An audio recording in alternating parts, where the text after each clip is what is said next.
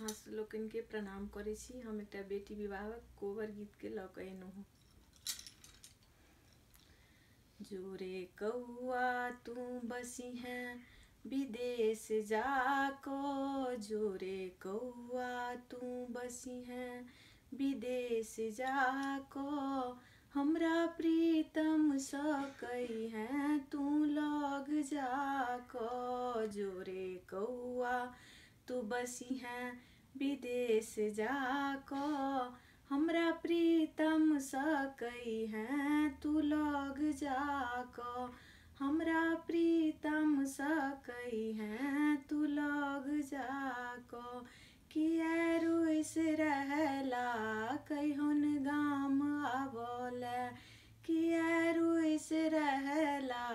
कहिन गाम आवले, जोरे कौआ तू बसी हैं विदेश जाको, जाय छी कोबर घर नोर बही जाइया, पिया बिनु हमरा तनिक ने लगैया, जाय छी कोबर घर नोर बही जाइया, पिया बिनु हमरा तनिक ने लगैया, जेना हमरा बिनु बगिया उदास लगैया, जेना हमरा बिनु बगिया उदास लगैया, जोरे कौआ तू बसी हैं विदेश जाको, जोरे कौआ तू बसी हैं विदेश जाको, हमरा प्रीतम सकई हैं तू लग जाको, जोरे कौआ तू बसी हैं विदेश जाको, तरुणी बयस हमरा बीतल जाइया, पिया बिनु हमरा निको न लगैया, तरुणी बयस हमरा बीतल जाइया,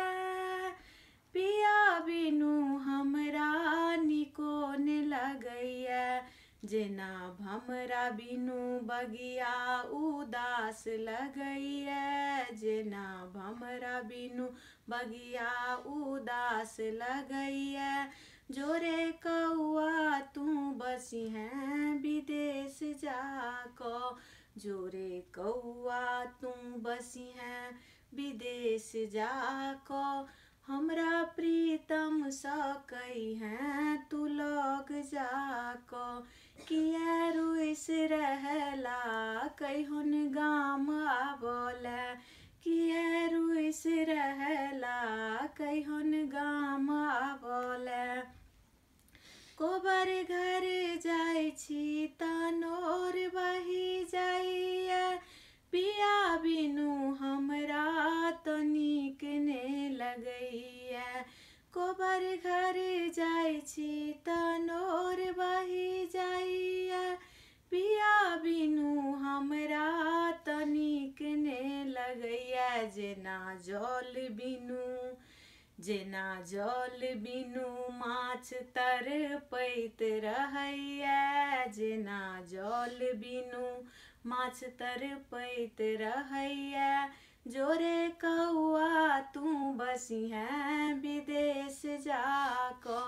जोरे कौआ तू बसी हैं विदेश जाको, हमरा प्रीतम सकई हैं तू लग जाको, किया रुइस रहला कहिन गाम आवले, किया रुइस रहला कहिन गाम आवले, सौसे जनकपुर हम घूमिएलौं, सोलहो सिंगार कए बैस रहलौं, सौसे शहर हम घूमिएलौं, सोलहो सिंगार कए बैस रहलौं, तैयो पिया बिनु से जिया उदास लगैया, तैयो पिया बिनु से जिया उदास लगैया,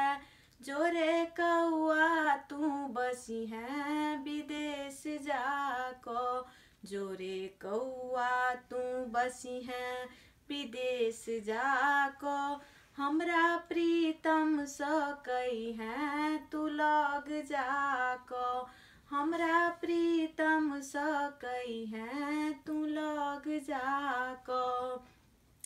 झाजी जे भोरे भोरे गाम एला,